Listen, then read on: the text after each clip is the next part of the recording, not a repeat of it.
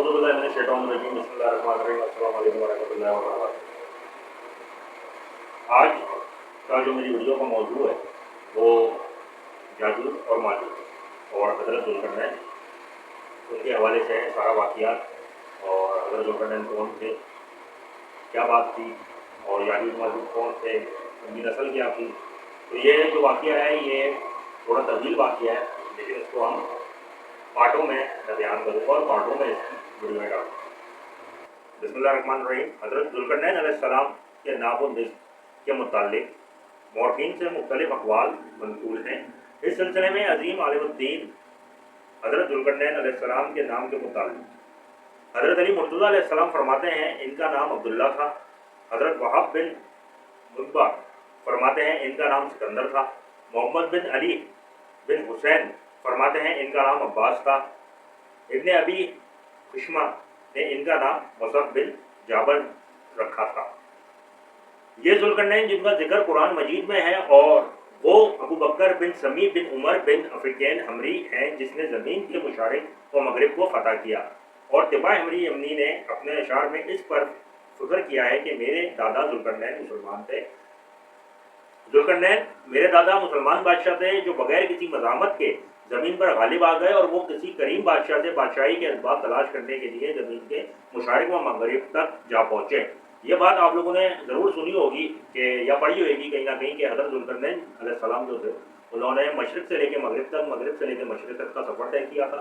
और उन्होंने यहाँ तक कि इतना लंबा सफ़र तय किया था कि दुनिया का आखिरी कोना तक उन्होंने देख लिया था जहाँ पे सूरज गुरूब होता है और तुलू होता है, उन्होंने वो तक देख लिया था। आगे इसकी दलीलें हैं, मैं आप लोगों को बताऊँगा।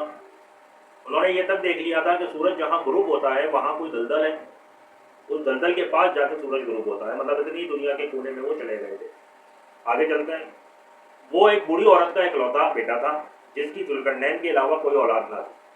बात को सामने रखते हुए हम बशकूक अंदाज में किसी एक राय को रवा करार नहीं दे सकते और जहाँ इस मकाम पर इस बात को भी वादा किए देते हैं कि इनके नाम के मुताल्लिक़ उलमा मौरख़ीन के मुबीन सख्त इख्तिलाफ़ात व ज़रबात की अहम वजह यह है कि कुरान करीम और कुतुब हदीस के औरात में इनके मुताल्लिक़ तफसीली हालात मिलते हैं, लेकिन फिर भी हम इतना ज़रूर रकम कर सकते हैं कि अक्सर उलमा मौरख़ीन के नज़दीक इनका नाम सिकंदर है।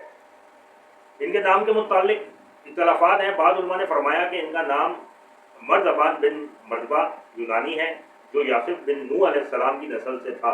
बाद में इनका नाम सिकंदर बिन कबीस बिन फ़िलूस जिक्र किया है। मेरे नज़दीक ये दूसरा क़वाल ज़्यादा सही है क्योंकि इब्ने इसक, इब्ने मुंज़र, इब्ने अबी हातिम और इमाम शिरानी ने रिवायत को नकल किया है। और वहाब बिन मुनव्वर तारीख़ी बातों को बहुत बड़ा आलिम था। उन्होंने फरमाया कि ज़ुल्करनैन रोम का एक दिन के नज़दीक कोई तफसीली सराहत मौजूद ना है। ताहम हाफिज़ इब्ने कसीर ज़ुल्करनैन के नाम के बारे में मुख्तलिफ रिवायत हैं। हज़रत अब्दुल्ला बिन अब्बास का कहना है कि इनका नाम अब्दुल्ला बिन दहाक बिन माद है और बाद रिवायत में आता है कि इनका नाम व नफ्स दर्जा झेल है। मौसम बिन अब्दुल्ला बिन कनान बिन मंसूर बिन अब्दुल्ला बिन लाल बिन ओन बिन निबत बिन मालिक बिन जैद बिन खल्लान बिन सबास मोहताज था। और एक दूसरी रिवायत में इमाम माकुला के हवाले से नकल की है कि इनका नस्ब हरवेस बिन खितून बिन रूमी बिन नकवी बिन तुलूश बिन यूनानी बिन बाइस बिन नूह अलैहिस्सलाम है। अलैहिस्सलाम को जो लक़ब मिला था, ज़ुल्करनैन लक़ब जो उनको मिला था वो किस वजह से मिला था, क्या वजूहत।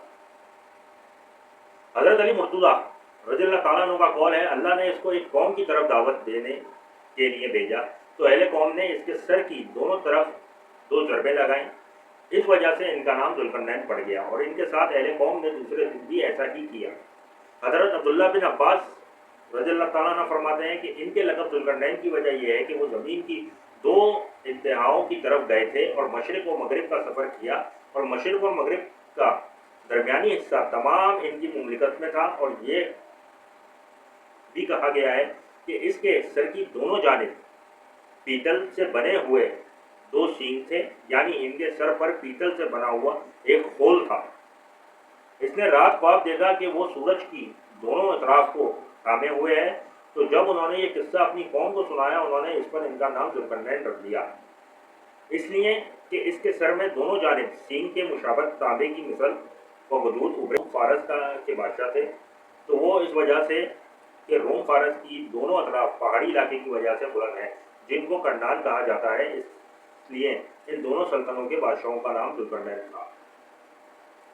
اب تھوڑی سی تفصیل میں آپ لوگوں کو بتا دوں کہ سارس، ایک لفظ آئے گا سارس کا، یہ سارس کون تھے اور انہوں نے جو بادشاہت کام کی وہ کہاں کام کی، قائم کی، کدھر قائم کی انہوں نے بادشاہت، تو ان کے بارے میں بتا دوں۔ سارس اعظم قورش کبیر، جو سائرس اعظم کے نام سے بھی جانا جاتا ہے، قدیم ایران کا ایک عظیم بادشاہ تھا۔ اس نے ایران میں سلطنت کی بنیاد رکھی۔ اس کی قیادت میں ایران نے جنوب مغرب ایشیا، وسطی ایشیا، یورپ کے کچھ علاقے اور کوہ کاف فتح کیا۔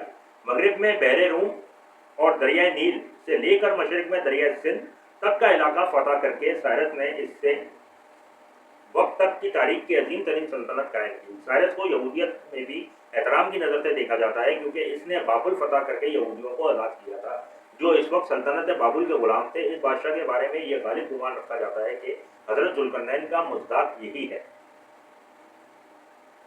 اب دیوار ہمیں سنا ہے، آپ لوگوں نے بھی سنا ہے کہ دیوار ہے جہاں پہ حضرت ذوالقرنین علیہ السلام قیامت کے دن واپس آئیں گے اور یاجوج ماجوج اس دیوار کو چاٹتے ہیں، فجر سے لے کے صبح صادق سے لے کے رات تک وہ اس کو چاٹتے رہتے ہیں اور رات تک اس کو چاٹتے ہیں، پھر صبح جیسی ہوتی ہے تو وہ دیوار واپس سے کھڑی ہو جاتی ہے۔ یہ باتیں ہم نے سنی ہے اور اس کی تصدیق بھی ہے۔ تصدیق ایسے ہے کہ قرآن شریف کے اندر، قرآن پاک کے اندر اس کا باقاعدہ بیان ہے ہر چیز۔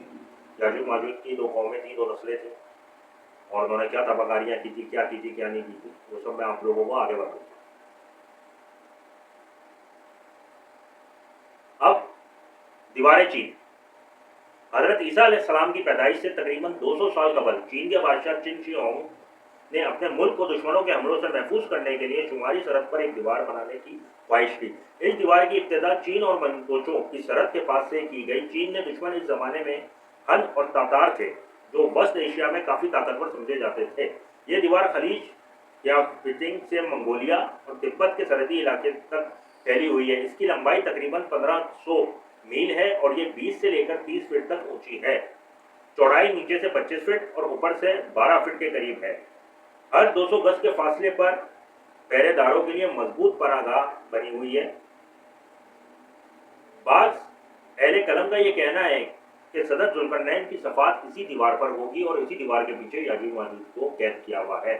بعض لوگوں نے یہ اپنی نظر ڈالی ہے، مطلب کتاب میں یہی بات کہی ہے کہ حضرت ذوالقرنین علیہ السلام نے اسی دیوار کے پیچھے یاجوج ماجوج کو قید کیا ہوا ہے۔ اب اس کی در حقیقت کیا ہے وہ آگے اپن قرآن عظیم میں مذکورہ ذوالقرنین کی صفات سکندر مقدونی کے متعلق گزشتہ بعض کے آخر میں خلاصہ بحث اور حاصل کلام کے طور پر جو 6 باتیں ذکر کی گئی تھیں، جن کو ذہن نشین کر لینے کے بعد اگر ذوالقرنین علیہ السلام کے متعلق قرآن کی بیان کردہ صفات کا بغور مطالعہ کیا جائے تو کوئی اہل علم، عقل، اہل ارباب اور دانشوروں نے اس کے بارے میں حضور نبی کریم صلی اللہ علیہ وسلم سے سوال کیا تھا، ضرور معروف ہونا چاہیے۔ اس لیے لامحالہ ہمیں یہ معلوم کرنے کے لیے اسرائیلی لٹریچر کی طرف رجوع کرنا پڑے گا کہ وہ 2 سینگوں والے کی حیثیت سے کسی شخصیت یا سلطنت کو جانتے ہیں۔ اس نے وہاں نہایت محکم سد تعمیر کر دی اور یاجوج ماجوج کی راہ بند کر دی۔ قرآن نے ذوالقرنین کی نسبت جو کچھ بیان کیا ہے، اس پر بحیثیت مجموعی نظر ڈالی جائے تو حسب ذیل امور سامنے آتے ہیں۔ جس شخصیت کی نسبت پہنچا گیا ہے وہ یہودیوں میں ذوالقرنین کے نام ہے مشہور تھی، یعنی ذوالقرنین کا لقب خود قرآن نے تجویز نہیں کیا ہے، پوچھنے والوں کا موجودہ تجویز کرتا ہے، کیونکہ فرمایا اللہ نے اپنے فضل و کرم سے ایسے حکمرانی عطا فرمائی تھی اور ہر طرح کے ساز و سامان جو ایک حکمران کے لیے ہو سکتا تھا اس کے لیے فراہم ہو گیا تھا۔ اس کی بڑی 3 مہم تھی، پہلے مغربی ممالک فتح کیے، پھر مشرقی، پھر ایک ایسے مقام تک فتح کرتے ہوئے چلا گیا جہاں پہاڑی درہ تھا اور اس کی دوسری طرف یاجوج ماجوج آ کر لوٹ مار مچایا کرتے تھے۔ اس نے وہاں ایک نہایت محکم سد تعمیر کر دی اور یاجوج ماجوج کی راہ بند کر دی۔ وہ ایک عادل حکمران تھا۔ جب وہ مغرب کی طرف فتح کرتا ہوا دور تک چلا گیا تو ایک قوم ملی جس نے خیال کیا کہ دنیا کے تمام بادشاہوں کی طرح ذوالقرنین بھی ظلم و تشدد کرے گا، لیکن حضرت ذوالقرنین نے اعلان کیا کہ بے گناہوں کے لیے کوئی اندیشہ نہیں ہے، جو لوگ نیک عمل کی راہ چلیں گے ان کے لیے ویسا ہی اجر بھی ہوگا، البتہ ڈرنا انہیں چاہیے جو جرم و بدل عملی کا ارتکاب کرتے ہیں۔ وہ خدا پرست اور راست باز انسان تھا اور آخرت کی زندگی پر یقین رکھتا تھا۔ वो निष्परत बादशाहों की तरह तामा और हरीस न था। जब एक कौम ने कहा याजूज माजूज हम पर हमला आवर होते हैं, आप हमारे और इनके दरमियान एक सद तामीर कर दें, हम खराज देंगे। तो इसने कहा खुदा ने मुझे दे रखा है वही मेरे लिए बेहतर है, मैं तुम्हारे खराज का ताला नहीं हूँ, यानी मैं खराज की तमाह से ये काम नहीं करूँगा, अपना फर्ज समझकर सरंजाम बताया। क्योंकि आगे जाके सारस और हजरत जुल्करनैन का साथ वाक़िया पेश करूँगा। और इसके अलावा याजूज माजूज कौन है, उनकी नस्ल क्या है, उनकी तबाहकारियाँ क्या है, कुरान मजीद में उनका जिक्र क्या है, तो वो भी मैं आप लोगों को बताऊँगा कि याजूज माजूज कौन है और अब तक वो कहाँ है, किस हालत में है, और क़यामत में उनके आसार क्या हैं। ये सारी चीज़ें आपको तफसीलन बताता रहूँगा। चैनल को सब्सक्राइब लाइक लाजमी कीजिएगा और इंशाअल्लाह ताला कल वीडियो को आगे लेके चलेंगे। ये पहला पार्ट है, इंशाअल्लाह ताला अगला पार्ट जरूर बनाऊँगा मैं, वो भी आपकी खिदमत में पेश करूँगा। चैनल को सब्सक्राइब लाइक लाजमी करें, कमेंट करना ना भूलें। इजाज़त दीजिए, अल्लाह हाफ़िज़।